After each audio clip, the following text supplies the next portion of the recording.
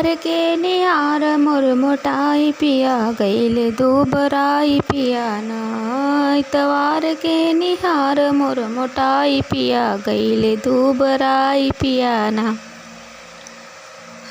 अपने मम्मी के बुलाव पहले फैसला कराव। अपने मम्मी के बुलाव पहले फैसला कराव।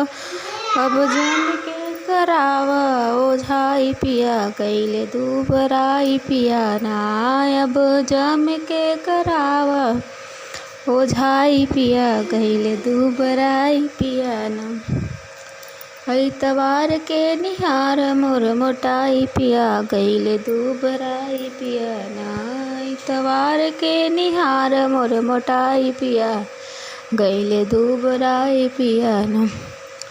अपने भाभी के बुलाव पहले फैसला कराव। अपने भाभी के बुलाव पहले फैसला कराव।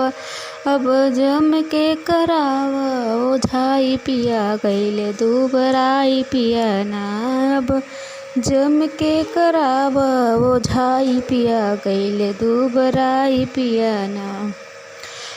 इतवार के निहार मोर मोटाई पिया गईले दुबराई पिया ना। इतवार के निहार मोर मोटाई पिया गईले दुबराई पिया ना।